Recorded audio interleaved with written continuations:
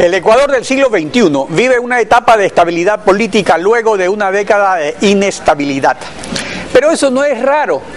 En el siglo XX hubo 3 periodos de estabilidad política, con los liberales 13 años, de 1912 a 1925, y 3 presidentes que cumplieron su periodo: Leonidas Plaza, Alfredo Baquerizo Moreno y José Luis Tamayo. Luego, 14 años, de 1947 a 1961, con 3 presidentes que completaron su periodo: Galo Plaza, Velasco Ibarra y Camilo Ponce. Y luego 18 años y 4 periodos presidenciales completos con Jaime Roldós Osvaldo Hurtado, León Febres Cordero, Rodrigo Borja y Sixto Durán Ballén. Ahora tenemos 6 años con el mismo presidente ejerciendo 3 periodos. Antes había pugna de poderes, bloqueo de la legislatura al Ejecutivo y juicios políticos. Hoy no existen. Ahora tenemos reelección presidencial y antes no había. Lo analizaremos con Alfredo Negrete, columnista de Diario del Comercio. Buenos días, bienvenido a Contacto Directo. Buenos días, muchas gracias. A ver, preocupa que el precio de la estabilidad sea una vigencia efectiva de la institucionalidad democrática, que fue la principal promesa política de Rafael Correa y la Revolución Ciudadana en las elecciones del 2006. Desde el punto de vista institucional, ¿en qué puede derivar el costo que se está pagando por la estabilidad? Yo considero que el costo está implícito en la Constitución de la República. Es importantísimo repasar y releer e interpretar el artículo 1, donde se dice, entre otras características, el Ecuador es republicano, es una república. ¿Qué implica ser una república? Entre muchas características, las básicas son la división, que hoy se la quiere impugnar, de las funciones, la alternabilidad en el ejercicio del poder y la representatividad o responsabilidad política de los elegidos al pueblo. Esta es una base que hay que leerla todos los días. Para mí es la Biblia, este artículo 1 de la Constitución de Montecristi, es la Biblia para sostener y practicar la democracia. Ahora, hay una cosa importantísima. En el preludio que usted hizo, habló de la estabilidad y de la inestabilidad en distintos periodos con estabilidades económicas como la del cacao, del banano, o periodos como el retorno de la democracia, que teníamos una economía realmente quebrada. Hoy estamos ante una circunstancia muy particular, excepcional en la historia republicana, no solamente del Ecuador, sino de América. En primer lugar, tenemos recursos, un recurso básico en la economía mundial como es el petróleo. Tenemos una estructura constitucional que favorece la concentración de poderes y tenemos la oposición más tonta de los últimos años desde que se regresó a la democracia. Basta el día de hoy ver uno de los diarios del país para ver que el líder social cristiano de Madera de Guerrero, después de los pésimos resultados electorales, dice que con Creo no ha habido alianza ni habrá. O sea, se juega a favor siempre del gobierno. Pero hay un elemento fundamental y esto va para los asambleístas. Los asambleístas, por más que hayan tenido o les hayan impuesto o hayan aceptado voluntariamente un código de ética, ese código de ética no está encima de la Constitución. Ellos responden directamente al pueblo y tienen un poder que ha sido muy mermado para la Constitución, pero esos 100, y eso debe ser una preocupación para el señor presidente de la República, esos 100 son una fuerza en la práctica, matemática y constitucionalmente autónoma.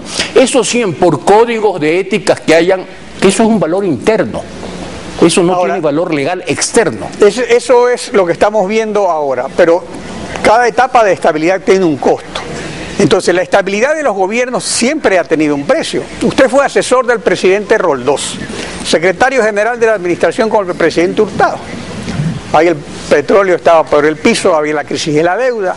Roldós luchó contra los patriarcas de la componenda y Hurtado contra una mayoría legislativa que públicamente, a gritos, pedía troncha.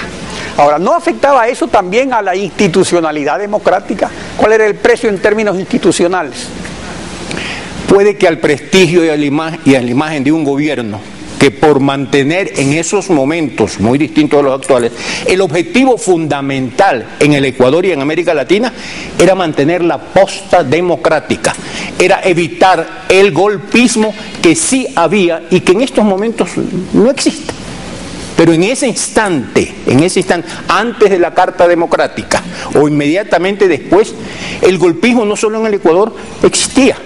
Acordémonos que la situación más parecida parlamentariamente a la actual fue el triunfo de Jaime Roldós y Osvaldo Hurtado con el CFP. Tenían un triunfo arrollador como candidatos presidenciales y tenían una gran mayoría que duró, creo que antes de que se posesione, porque esa mayoría, con los patriarcas de la componenda, se convirtió en una oposición. Y bueno, porque era un poder bicéfalo, o sea, Bucarán debió ser el candidato, la dictadura lo excluyó y fue Roldós. Pues. Pero ahora no hay eso, ahora hay un solo poder, un solo líder, que es Correa. Antes habían dos líderes, Bucarán y Roldós. Yo insisto que a pesar de la merma que hizo Montecristi a la Constitución, esos 100 legisladores actuales, no es que lo propongo, simplemente consta, pueden destituir al presidente de la República, no pueden aceptar un veto presidencial. O sea, tienen la posibilidad jurídica, política y moral.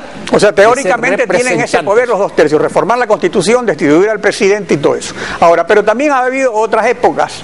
En la época de la inestabilidad, usted fue secretario de Comunicación del presidente Gustavo Noboa. Ahí regía la Constitución de 1998 que creó el veto presidencial modificatorio que tanto usa el presidente Correa. Gustavo Noboa, igual que Hurtado, carecía de bloque propio de legisladores. Reinaban las mayorías móviles y los poderes fácticos. ¿Cómo fue ahí la afectación institucional? Porque siempre ha habido afectación institucional. En épocas de inestabilidad siempre hay afectación, incluso hasta moral. Pero un gobernante y un equipo de gobierno tiene que mantener la estabilidad como principio fundamental. Y en esa época mantener la democracia en el Ecuador era fundamental.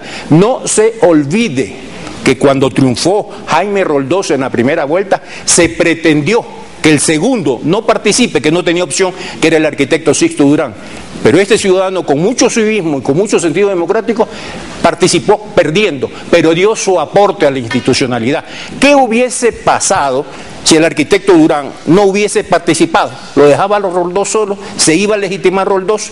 Eran tiempos extremadamente difíciles, muy diferentes a los actuales. Los actuales simplemente son de personalidad. El pueblo ecuatoriano en este momento no tiene que pensar tanto en la oposición como en los propios 100, que los propios 100, como acaba de decir el asambleísta que me precedió en este programa, tiene que demostrar ética, tiene que demostrar inteligencia, tiene que demostrar personalidad, y dentro de los posibles parámetros políticos de ser representante de un partido o movimiento, una independencia y autonomía y conciencia de que son una función muy importante, tal igual como la ejecutiva o la judicial. Digamos, teóricamente más importante porque hace las leyes para que la cumpla la ejecutiva y tiene el poder de fiscalizar para ver si la cumple como debe. Ahora, entonces, un equilibrio duradero, una estabilidad realmente duradera. ¿De qué debe depender? ¿De la fortaleza de las instituciones, de las inspiraciones de un caudillo o de las componendas con los poderes fácticos? De algunas de esas cosas, pero también de la conciencia de que tienen unos poderes implícitos. Por ejemplo, ¿qué amenaza se puede hacer a los asambleístas del partido o movimiento de gobierno? Se puede decir la revocatoria del mandato. ¿Cuándo se puede revocar un mandato? No en el primer año ni en el último, es decir, en el segundo y en el tercero. ¿Qué otra amenaza puede decir? La muerte cruzada. Pero la muerte cruzada también implica una muerte política para el presidente de la República que debe nuevamente, estamos en condiciones, a un año o meses de elecciones municipales, ya en plena campaña en algunos cantones, otra vez someter al pueblo o a una consulta o a una revocatoria de mandato de asambleístas recientemente elegidos bueno, más bien lo más probable sería que junto con esas elecciones haya una consulta o un referéndum sobre una reforma constitucional que se puede aprobar en la Asamblea en este año para que se ratifique. Entre otras cosas, podría haber la reelección indefinida de todos, de alcaldes, prefectos, juntas parroquiales, concejales, consejeros, viceprefectos, vicealcaldes, presidente, vicepresidente, asambleístas, etcétera. Sería la estabilidad eterna, como en Corea del Norte. De ser posible, es posible. Yo lo considero poco probable. Acordemos que acabamos de sufrir, o no sufrir, experimentar un proceso electoral nuevo. El analista Luis Verde Soto ayer fue absolutamente claro, único, donde se juntaron método de Hong, distritos, reelección presidencial, altísimos recursos en manos del Ejecutivo. Pero eso no se puede repetir a cada momento. No se puede repetir. Y todo trámite, sea de revocatoria, sea de muerte cruzada, sea de consulta popular, lleva meses. Y estos señores 100 y los demás tienen que sentarse, instalarse, y a lo mejor, para suerte de la democracia ecuatoriana, les puede llegar la conciencia cívica y aprender exactamente las facultades, posibilidades y poderes que le da la Constitución de Montecristi. Doctor Negrete, gracias por su participación en Contacto Directo.